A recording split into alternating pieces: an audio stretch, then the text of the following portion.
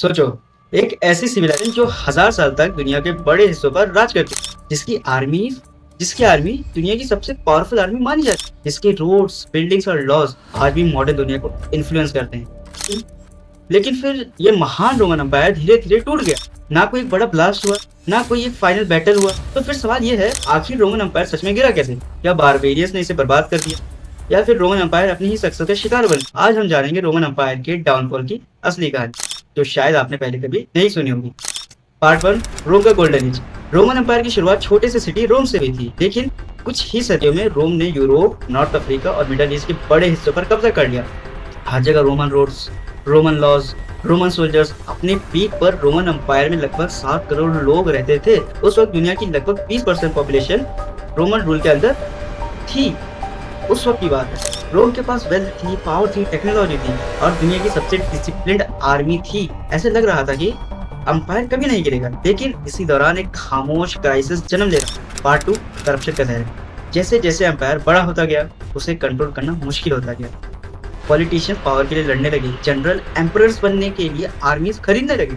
कई एम्परर्स को उनके ही सोल्जर्स ने मार दिया। एक समय ऐसा आया जब कुछ डिकेड्स में ही एम्परर्स बदल गए, गवर्नमेंट अनस्टेबल हो गई, टैक्स बढ़ते गए, करप्शन हर लेवल पर फैल गया, आम लोगों का भरोसा टूटने लगा। और जब किसी एम्पायर के लोग ही उस पर भरोसा खोना शुरू कर दें, तो उसका गिरना सिर्फ वक्त की बात रह जाता है। Part 3, economic collapse. अब प्रॉब्लम सिर्फ पॉलिटिक्स तक सीमित नहीं थी, रोमन इकोनॉमी भी टूटने लगी, रोमन अर्थशास्त्र भी टूटने लगा। आर्मी को मेंटेन करना बहुत महंगा था, बॉर्डर्स को सिक्योर करना, सेफ रखना और भी महंगा। गवर्नमेंट ने ज्यादा कॉइन्स बनाना शुरू किए, लेकिन कॉइन्स में सिल्वर की क्वांटिटी कम कर दी गई। रिजल्ट क्या हुआ? इन्फ्लेशन, महंगाई, आम लोग परेशान होने लगे, बिजनेस स्लो होने लगा, ट्रेड रूट्स अनसेफ होते गए और धीरे धीरे रोम की इकोनॉमिक फाउंडेशन हिलने लगी। Part 4, barbarian invasions. अब आते हैं उस रीजन पर जिसके बारे में सबसे ज्यादा बात की जाती है, बारबेरियन इन्वेजन्स। रोमन लोग अपने बॉर्डर्स के बाहर रहने वाले कई कबीले को, कई ट्राइब्स को बारबेरियंस कहते थे,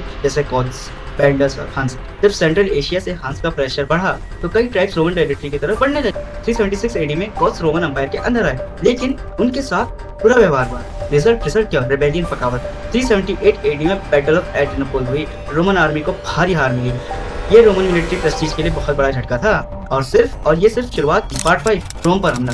410 एडी, एक ऐसा साल जिसने पूरी दुनिया को हिला दिया। विसिगोथ ने रोम सिटी को लूट लिया। रोम सिटी, जो कि रोमन एम्पायर की कैपिटल थी, राजधानी थी, उसे लूट लिया। सोचो, वही रोम जो सदियों तक इनविंसिबल माना जाता था, अब दुश्मन उसकी सड़कों पर चल रहे थे। लोग शॉक में थे, एम्पायर का साइकोलॉजिकल कॉन्फिडेंस टूट चुका था। फिर 455 एडी में वेंडल्स ने दोबारा रोम को लूट लिया एक बार फिर। अब हमेशा का हो गया थे, नॉर्मल हो गई थी। अब दुनिया समझने लगी थी रोमन एम्पायर पहले जैसा नहीं रहा। Part 6, final fall. 476 एडी में ये वो साल है जिसे ट्रेडिशनली वेस्टर्न रोमन एम्पायर के एंड के रूप में देखा जाता है। एक जर्मनिक लीडर ओडोसर ने यंग एम्परर रोमुलस अगस्टस को पावर से हटा दी। कोई ग्रैंड बैटल नहीं, कोई ड्रामेटिक लास्ट स्टैंड नहीं हुआ, बस एक वक्त की सुपर पावर धीरे धीरे खत्म होने लगी।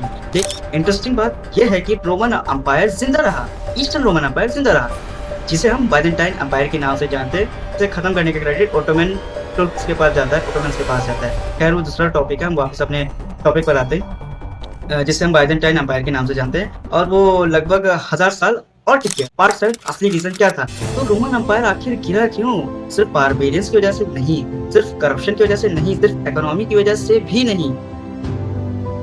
असल में रोमन एम्पायर एक ही रीजन से नहीं गिरा, कई रीजन थे, इनका कॉम्बिनेशन मिलाकर रोमन एम्पायर गिरा। किसी एक रीजन की वजह से रोमन एम्पायर नहीं गिरा, ये सारे रीजंस को मिलाकर रोमन एम्पायर का गिरने का डाउनफॉल माना जाता है। Thank you for watching.